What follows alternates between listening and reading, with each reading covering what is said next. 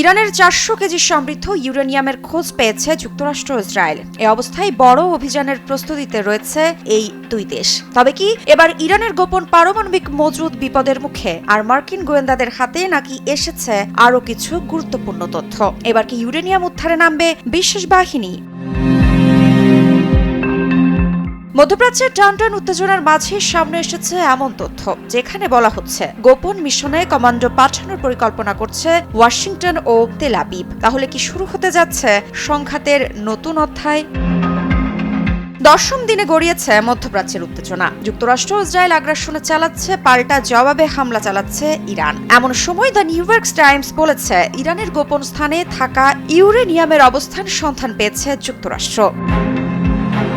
8 March যুক্তরাষ্ট্রভিত্তিক সংবাদ মাধ্যম Axios জানিয়েছে ইরানের উচ্চমাত্রায় সমৃদ্ধ ইউরেনিয়ামের মজুদ জব্দ করতে দেশটিতে বিশেষ বাহিনী বা স্পেশাল ফোর্স পাঠাতে চায় ইসরায়েল ও মার্কিন সরকার। এক্সিওস এর প্রতিবেদনে বলা হয়েছে বিশেষ এই অভিযানে শুধু মার্কিন বাহিনী না ইসরায়েলি বাহিনী অংশ নেবে, নাকি এটি একটি যৌথ অভিযান হবে সে বিষয়ে এখনো স্পষ্ট কিছু জানা যায়নি।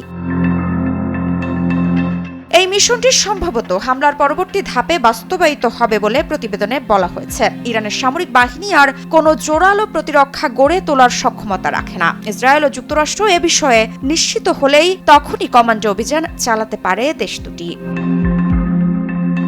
নিউ ইয়র্ক টাইমসের প্রতিবেদনে আরও বলা হয়েছে ইরান সম্ভবত সেই অত্যন্ত সমৃদ্ধ ইউরেনিয়াম ব্যবহার বা স্থানান্তর করতে সক্ষম হতে পারে যা গত বছরের জুন মাসে ইরানের ইস্পাহান পারমাণবিক স্থাপনায় মার্কিন হামলার পর মাটির নিচে গোপন করা হয়েছিল।